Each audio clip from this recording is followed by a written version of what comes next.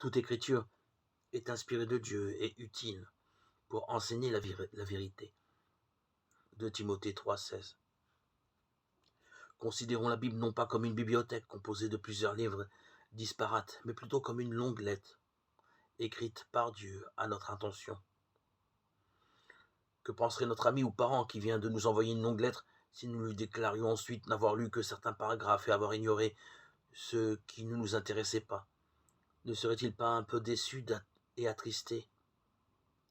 Pourquoi donc certains croyants lisent-ils certaines portions de la Bible à plusieurs reprises tout en ignorant celles qui leur font peur, qui leur paraissent peu intéressantes, tout simplement parce qu'ils préfèrent effectuer un choix en fonction de leur manière de vivre?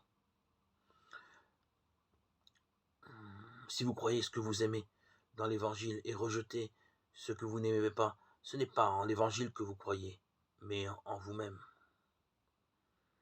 Le but que tout croyant devrait avoir, c'est de connaître Dieu de manière plus approfondie afin de pouvoir le glorifier d'autant mieux.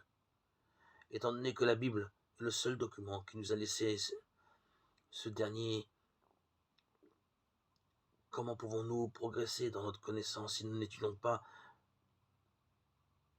le texte complet jour après jour? L'apôtre Paul conseille le jeune Timothée en lui écrivant: efforce-toi d'être digne d'approbation aux yeux de Dieu, comme un ouvrier qui n'a pas à rougir de son ouvrage, en annonçant correctement sa parole, qui est la vérité. 2 Timothée 2,15. Certes, nous ne sommes pas tous appelés à faire de la Bible notre étude principale. Voilà pourquoi Dieu nous fournit des aides, en la personne des prédicateurs et autres enseignants.